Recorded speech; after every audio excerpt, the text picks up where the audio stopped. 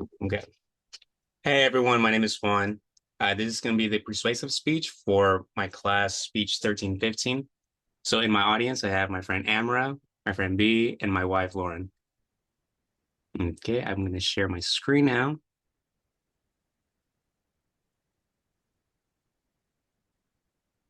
Okay, can everybody see the screen?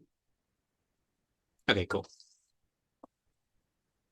In the early 20th century, President Theodore Roosevelt said, "The government is us. We are the government, you and I." So Congress is the legislative body. It is one of the three branches of the US government. If we want to better the lives of our neighbors and our fellow US citizens, passing legislation is going to be key. I believe that the local and national governments have been negligent. I believe that they have been corrupted and that they need to be regulated and be held accountable.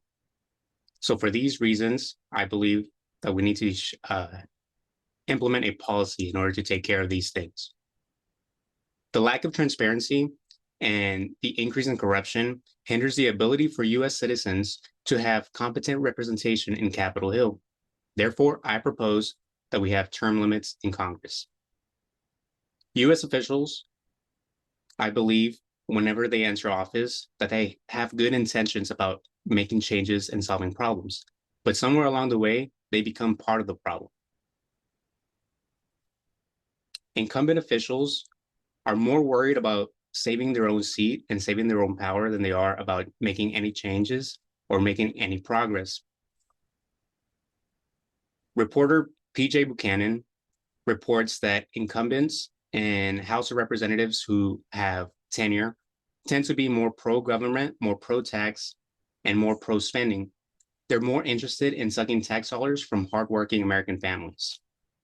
Another reporter, Wade from CBS, notes that the average age in Congress is 59 versus the average age of American citizens, which is 38. This is a 28-year difference. This 20-year gap puts a barrier in the values that we wish to set out.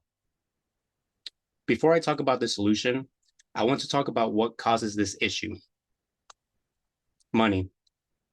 The amount of wealth that legislators can make while being in office tends to corrupt the power that they have whenever they are in office. Science Direct in 2021 spoke about how Goldman was sanctioned for stock tips that they provided to high office officials or high-ranking officials. This is evidence of a conflict of interest from our US representatives. Science Direct also states that brokerages provide stock tips in exchange for favorable legislative outcomes and political information. So legislators tend to pass laws that benefit their lobbyists as opposed to their constituents. To solve this issue, we must take action. For this reason, I propose that we support a constitutional amendment for congressional term limits.